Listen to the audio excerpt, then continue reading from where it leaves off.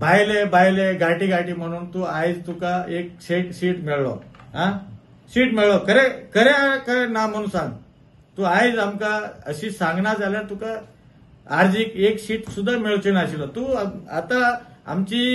वयर तू पॉलिटिक्स करून तू एक सीट घेतलो आणि फुडें तुका 40 सीट मेळटलो आणि